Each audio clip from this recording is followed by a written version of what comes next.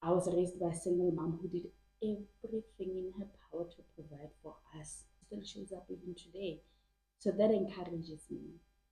And I really just wanted to give a hug to anyone who felt like motherhood is holding them back. Hello, my loves. Welcome back to my YouTube channel, Inspiration with Rejoice. I am Rejoice Mahalalelo, your host, and I'm a wife, a mother, and just a woman who's trying to navigate motherhood with grace. Even on days when I don't feel graceful. There are days when I don't always respond the way I want to as a mom. There are days where I lose my patience. There are days where I raise my voice, or there are days when I react instead of respond, right? And I don't think I'm the only one who goes through this. I'm sure every mom can attest to this. We are all guilty of it, right? No matter how hard we are trying to be the best versions of ourselves, this happens. It happens. We are human beings. And then the guilt creeps in almost immediately. There, I should have handled that better. I shouldn't have said that. I shouldn't have yelled. Why did I do that? I know better. The guilt when your child sheds tears, or you can see they're down inside, and it's because of you. And it's hard. It's really hard going through that. If I'm being honest, on those days I even struggled to sleep because of the guilt. The mom guilt. The guilt because I didn't show up as my best self. The best thing to do in those moments is to give yourself grace, to tell yourself that you still have a chance to do better. And what really works for me is apologizing. I have a story of how I remember I have this one instance, vivid memory of the first time I remember my mom apologizing to me. It might not have been the first time, but it's this memory is what stuck with me. It's an event that I remember so much. I remember how that made me feel as a child. I felt seen, I felt heard, I felt loved. Beyond all that she did and does for me, her apology felt like a hug. So I practiced that a lot as a mom, as part of taking away the guilt from not behaving as my best self. I apologize to my child, even if sometimes it's late, they've already slept. I will apologize first thing in the morning. And do you know what the best part about it is? I saw my son do that as well, because remember, they do what we do, not so much what we tell them to do. So I'm getting a little bit emotional, but the other time he went to bed and we were not in good terms. We had an argument about outfits. He wanted to choose what he wanted to wear. And I was arguing the fact that I always let you wear what you want to hear, what you want to wear. Can you just listen to me this one time and wear what I'm suggesting? I'm your mom. I know best. And this outfit is best for where you're going and the weather. And I'm trying to explain all these things to him, but it didn't end well. And the next thing in the morning, he apologized. The first thing he said to me in the morning as I woke him up, and I was about to brush his teeth, and he says, "I'm sorry about what I did last night." I was like, "What?" I know he does apologize, but the fact that he apologized the first thing in the morning made me realize that he pays attention to what I do as well, because that's what I do. That's really what I do. And if I went to bed feeling guilty, apologizing first thing in the morning almost takes away the guilt. I make a promise to myself to not repeat the same mistake. It, we're humans, it might happen again, but I can call myself out of it before it gets out of hand, because I know what happened last time.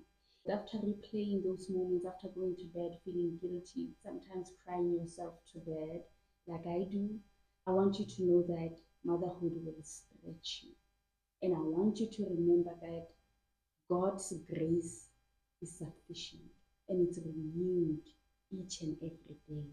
And your strength as a mother as a parent is also renewed each and every day. So be patient with yourself. You are learning as you go as well. You've never been this age. Your child has never been that age before. And the both of you will never be this age again.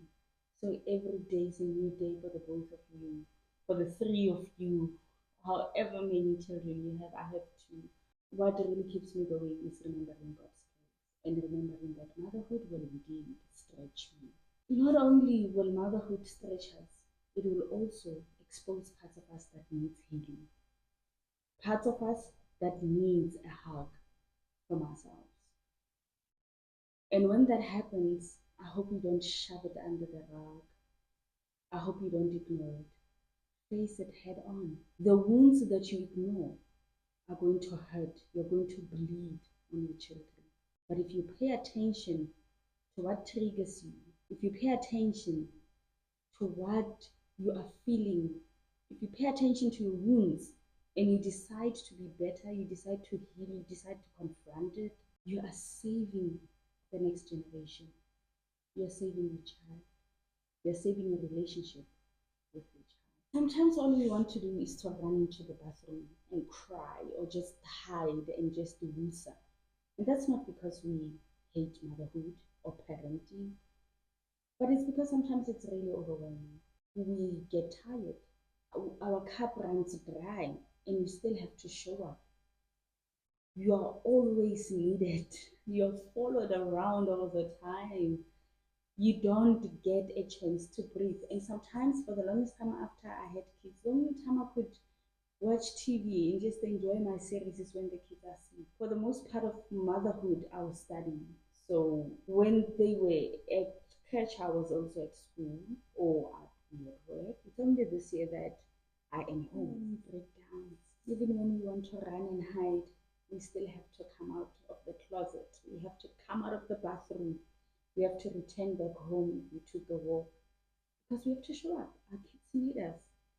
And I just want you to know that you're not alone in those moments that feel lonely. Because we are all going through it. All of us. The same experience. We are going through it. The difference is how we decide to react after reflecting. The difference is after reflecting, what do we want to fix? Do you even reflect? What kind of a mother do you want to be? Does it matter to you at all or not? And I hope if it doesn't after this video, something shifts and you decide that you will heal the parts of yourself that needs healing so you can show up better. And then there's opinions. Oh, guys, motherhood is challenging, okay? Not only is it just challenging, like trying to figure it out, but there's also outside noise, people's opinions, people's advice that you didn't ask for. Not that I'm ungrateful, but some people just go so hard and want to take over. And then there's opinions. Everyone has something to say about how you should raise your child. Do this, do that. Don't do that. Don't do it that way. Be more gentle. Be more firm. You're too soft. You're spoiling your child. You don't treat your kids the same. And before you know it, you start to second guess yourself, your opinions. Don't get me wrong. We appreciate the advice. But can people just know and understand that you can give your opinion, you can give your advice, but whether the next person takes it or not, it's up to them. Don't impose it on them. Don't even now start wanting to do it yourself. I really don't want to go there, but I did.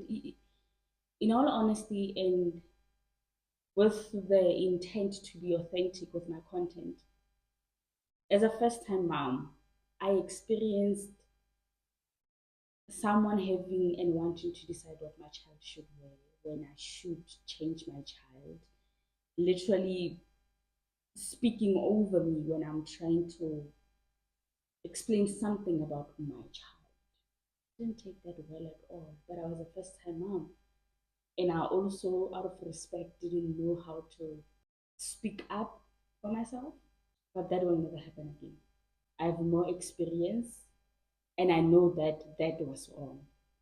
And I would never do that to another new mom myself. We can give advice as experienced moms with more than one child. We can share our experience, but never ever overstep and think that you have to impose your opinions and what worked for you onto another mom. What worked for you and what worked for your child might never work for another person because we are two completely different people. It's a lot. But yeah, you start second guessing yourself. Am I doing enough? Am I doing too much? Am I doing this right? And then there's social media, where we see content about all these moms who have it all put together. But the truth is, and I know that you know the truth, people share the good parts. People hardly show the moments where they're breaking down, the moments where they don't know what they're doing, the moments where they need help, the moments where they are just, they don't, we don't, I don't.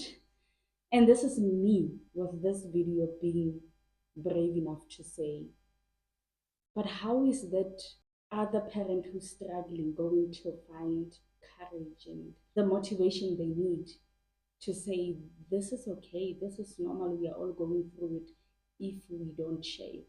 This is me being brave enough, and I hope I'll be received well by sharing this part to say motherhood is not all glamorous and stuff. Truth is, we go through a lot, especially as moms. I know there's single dads out there. This is not a competition between the mom and the dad, none of that.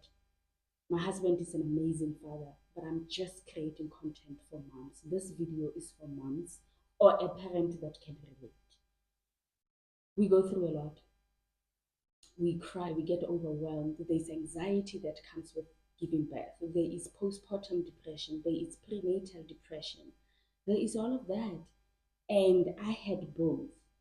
And I didn't even understand what was going on until recently. I'm so grateful that I know I said people don't share this, the overwhelmed part. But recently, the social media moms, momfluencers, who recently gave birth, they came back and talked about mental health. And I was like, this, I appreciate this because I feel seen, I feel understood. The relatability to say, oh my gosh, so this happens. It wasn't just me. There was nothing wrong with me. It's part of pregnancy. It's part of after giving birth, the shock, the whatever it is that you went through. We all have it in common. And how they made me feel by sharing that and being authentic and vulnerable is what I'm trying to do here for another mom, for another parent to say, yeah, the hiding in the bathroom happens to me too. But what happens to me a lot is crying to bed if I didn't apologize before bed. I feel so emotional. I don't wanna lie. Motherhood is beautiful. It's so beautiful. I wouldn't trade my kids for anything. I wouldn't trade their hearts. Oh, they tell me they love me a lot. They are not the problem. The motherhood journey itself is just challenging. And you want to show up as this woman who's got it all together. But the truth is, not really. You worry about a lot of things, your career. You also wonder if you're showing up as your best self in your relationships, in your friendship, in marriage, as an in law, as a sibling. It's a lot. But I love motherhood so much and I want to get it right. And that's why I'm trying to create a community of mothers so that from my experience and what I'm starting to be intentional about can be an encouragement to others out there to say, it's possible, we can do it, we can heal ourselves so we can be better parents to our kids. And you're not a bad parent for crying in the bathroom or before bed, but there's nothing wrong with you also apologizing, even to a toddler. It's you making them feel safe and you making yourself feel safe in the moment, because when you apologize, the atmosphere changes. There is that big hug that says you're doing it right now in the moment, regardless of what happened yesterday. you're doing it right in this moment. And you can even get better tomorrow, in the next hour, when they walk through the door after school. If in the morning you were not in your best behavior or mental well being, or your mood was just off, forgive yourself and then apologize. Forgive yourself. Sometimes an apology would just be a hug and ask, how was school? What did you enjoy today? Maybe try to play with them just to hear them laugh and you know that they forgive you. And kids are very forgiving, hey? Kids are so forgiving. I pray that God gives me a childlike heart so that I can also be as forgiving as they are. They're stress free because they're forgiving. I feel like there's so much that I want to say about motherhood. It would be so nice to sit down with another mother and just have a chat to share. Right now, I feel like I need to bounce off someone's energy as well. Someone who can just tell me, no, it's okay, you can cry, because I feel like I'm holding my tears back a lot in this moment. I feel so vulnerable. I feel so naked right now. Motherhood is such a huge role for me that I pray, if anything, God never ever allows me to fail at it. And I feel like lately it's been the most challenging, which I think because wow, this video is taking a whole different turn. It really is. I have a whole script here. I wrote down a few points. I'm not off script, but I didn't think I was gonna get to this point. But I think at some point I hit my creativity wall. But I was struggling to come up with YouTube content. And then I started praying to God, saying, I'm doing this alone and I want my YouTube channel to grow. You know the dreams I have for this. But I don't know what to say anymore. I feel empty. So lead me, guide me, and tell me what to talk about. And God started challenging my motherhood so much. It took me a while to realize that that was his answer. He was saying, I want you to talk about this. Your struggles and challenges and your joy as well in motherhood. I've heard friends that I studied with encouraging me to create motherhood content, but I cringed at that. I didn't feel ready until about last year, which is 2025. I started feeling comfortable sharing a bit of the kids. And then lately, I've just been feeling like, don't just follow the crowd and share the sweet moments only. Also share the real authentic moments, because the truth is, I feel like God is giving me a U-turn to remember why I started this channel. It was to encourage young moms, especially those who had kids before time, unplanned pregnancies. When I say before time, I'm not just talking age-wise. It's that, but also someone who's already in their late 20s, but they had a child before they got together their finances or relationship, or they had a child with the wrong partner and all of that, and now you feel like you are left behind or you're missing out or your life is over. My intention was to encourage you to say, if anything, let that child be the force behind how hard you have to work now to show up for yourself, because I believe so much in you can raise babies and still build an empire and still grow yourself. I studied while pregnant raising a toddler. Thank goodness and thank God for my partner, because he's such great support, and I understand that not every mother out there has the same support that I had. I was raised by a single mom who did everything in her power to provide for us. Six of us, my sister passed away, so five of us. But there were grandkids who also came in early, and my mom still showed up. She still shows up even today. So that encourages me. And I really just wanted to give a hug to anyone who felt like motherhood is holding them back, or even just being a parent, even if it's a father out there who had a child at a young age and now you have to forget about your dreams. Panda so you can support. You know, that is the whole purpose of my channel, and I feel like as time went on, I might have lost focus on that, or maybe I don't know. I really don't know what happened. I'm not saying I'm all for anything, just self improvement, right? But I think right now I'm gonna sit a bit on motherhood. I love it so much, and I want to get it right. I don't want to fail at it. The same as being a wife, a young wife. I'm sure I'm gonna also have a series of that to talk about how I didn't have an example of that, and it was challenging. But one of these two, I don't want to fail in life at all, but I don't want to fail at all at being a wife and being a mom and building my home, a homemaker, being the mother and the wife that God wants me to be.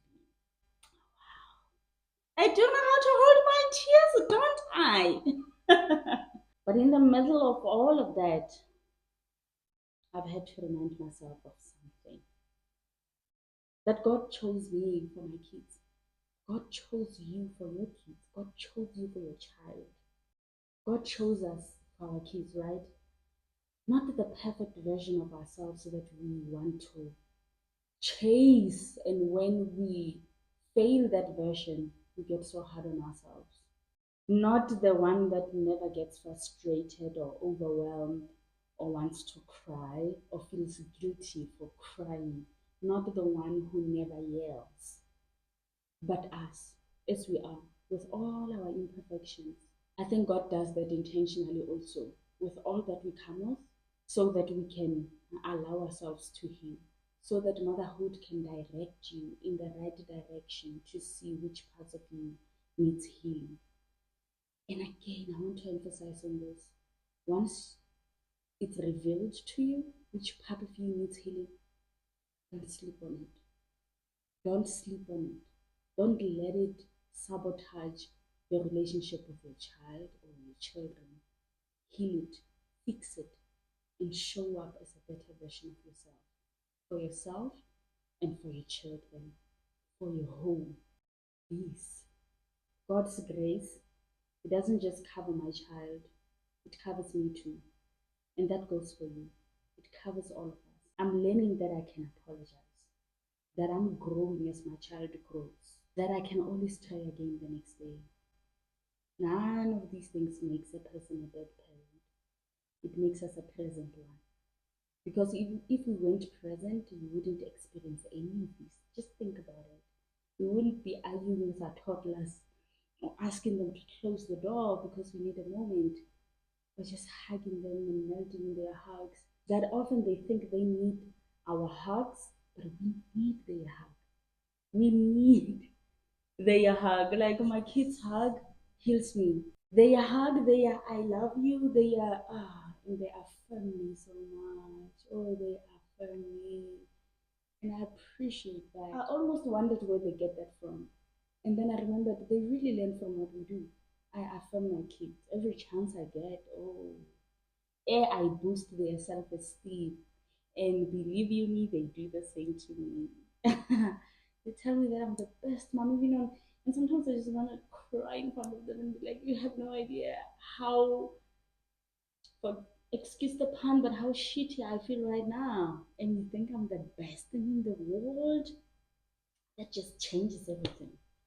So you are not a bad parent, you are a present one. And you know what's beautiful about all of this? Just does something to your soul.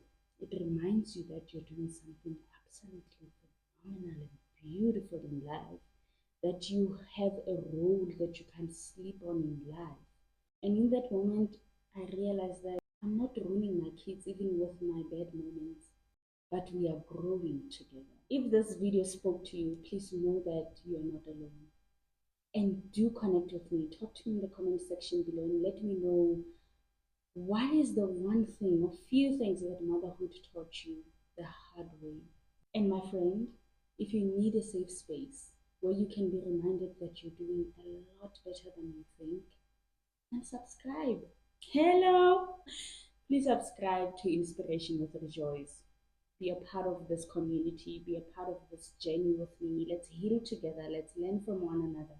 Let's hold each other's hand and say, We got this. We're human beings. I love you so much and I'm rooting for you. Please share this with all your mom friends. Share this with all the young parents that you know out there.